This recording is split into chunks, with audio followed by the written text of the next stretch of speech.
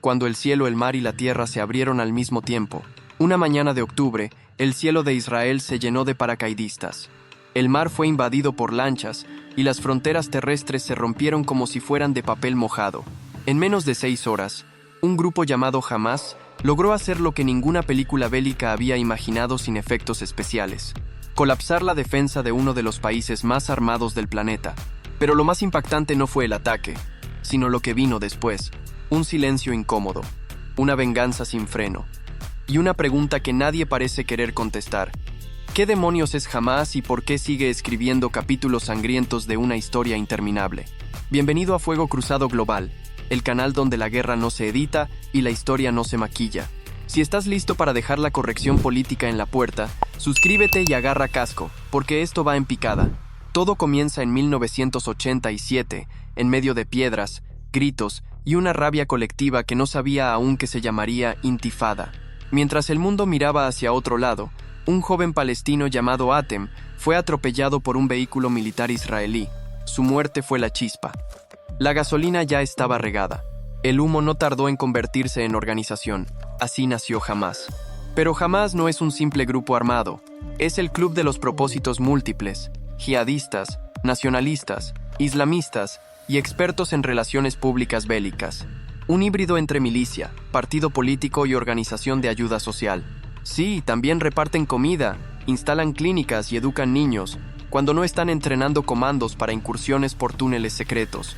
La paradoja es absurda. Mientras la comunidad internacional lo cataloga como grupo terrorista, miles de palestinos lo ven como única esperanza frente a una ocupación que ha durado más de 70 años. Y si algo queda claro en Gaza es esto: cuando el sistema se ahoga, hasta un salvavidas oxidado parece tentador.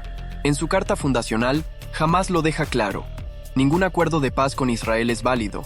Para ellos, toda Palestina, incluido el territorio israelí, es tierra islámica, y no hay tratado ni mediador que los haga retroceder en eso. Un detalle técnico que suele provocar misiles de ida y vuelta. Hasta aquí, solo el origen. Pero las cosas se van a poner mucho más turbias. 2. El Frankenstein de Gaza. Partido político, milicia, ONG y sentencia de guerra. Hamás no es un grupo, es un fenómeno.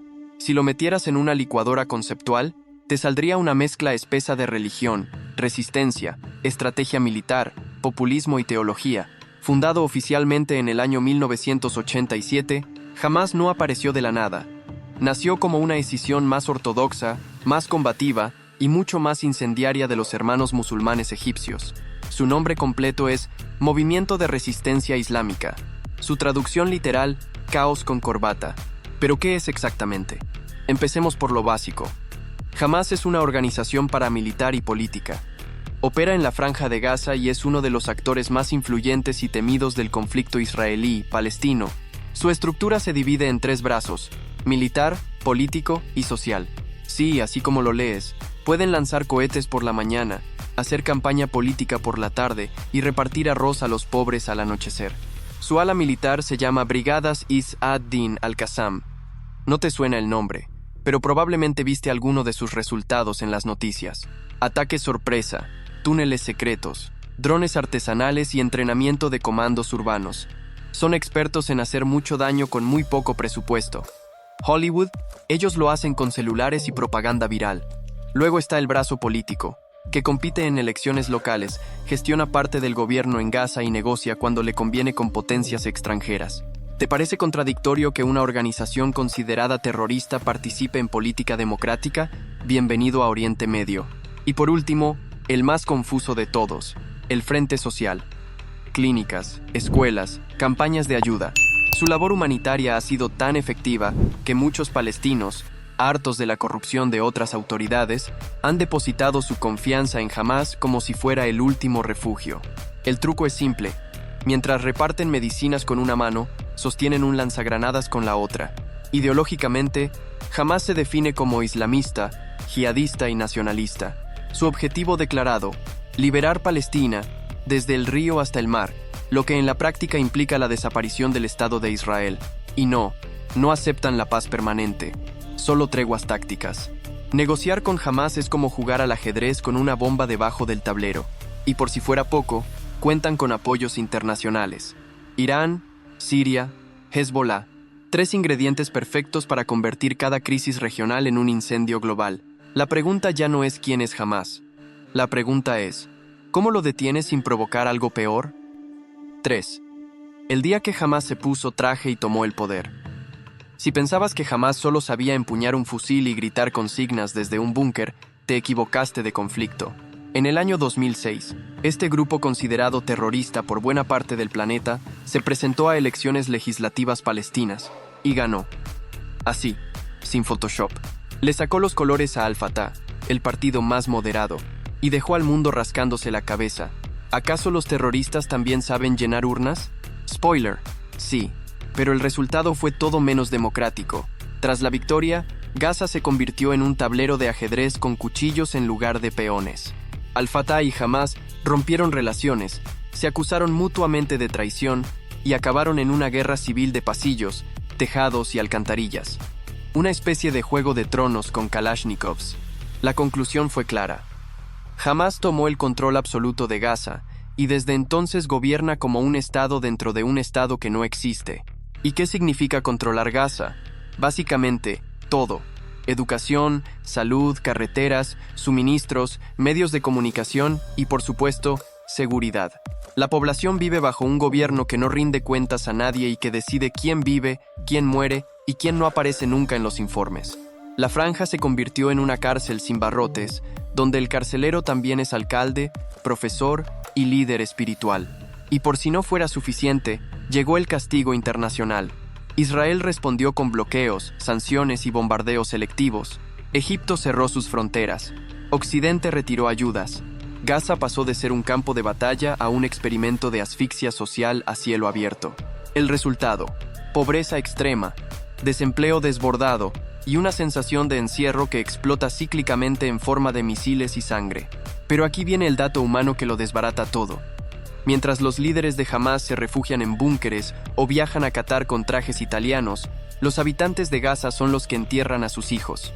Hay testimonios que congelan el alma, como el de una madre que sostuvo durante horas el cuerpo de su hija entre los escombros tras un bombardeo, repitiendo en voz baja que solo quería estudiar medicina. No política, no religión, solo medicina. Hamás no solo pelea con Israel, también gobierna a su propio pueblo. La resistencia, convertida en administración, y la revolución, convertida en rutina. 4. ¿Y si el enemigo de tu enemigo también te destruye a ti? Hamás no solo es un problema para Israel, es un factor de desestabilización regional que incomoda incluso a sus propios vecinos. Irán los financia, pero a distancia. Siria los apoya, pero con reservas. Egipto los mira de reojo, temiendo que la chispa cruce el desierto. Y mientras tanto, Occidente se pregunta si atacar a Hamás significa defender a Israel o meterse en una guerra que no entiende nadie. Porque hay algo que no se dice lo suficiente. Muchos palestinos también están hartos de Hamás, de su autoritarismo, de su violencia, de su incapacidad para ofrecer algo distinto al fuego cruzado. Hay quienes lo ven como una ocupación dentro de la ocupación. Una jaula que dispara hacia afuera y reprime hacia adentro. ¿Pero qué haces cuando tu verdugo también te reparte comida? Y sin embargo, Hamás sigue ahí. Sobrevive a los bombardeos, a las condenas internacionales, a las listas negras. Lo hace porque es más que un grupo, es un síntoma. El síntoma de un conflicto que nunca se resolvió, que nunca tuvo un final real, solo pausas entre masacres. Mientras la comunidad internacional se saca selfies con banderas en embajadas, en Gaza nacen nuevas generaciones que solo han visto 2 cosas: ruinas y rifles.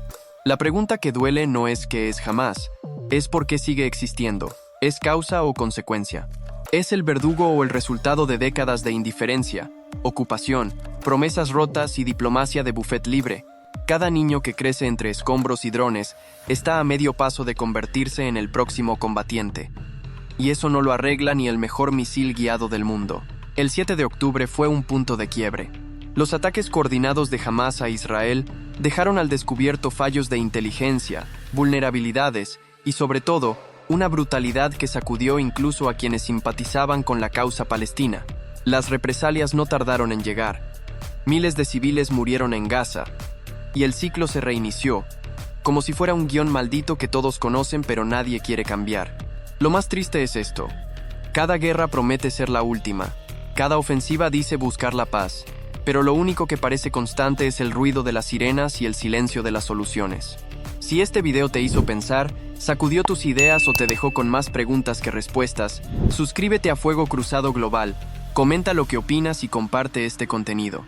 Porque entender el caos también es una forma de resistencia. Nos vemos en el próximo Fuego Cruzado.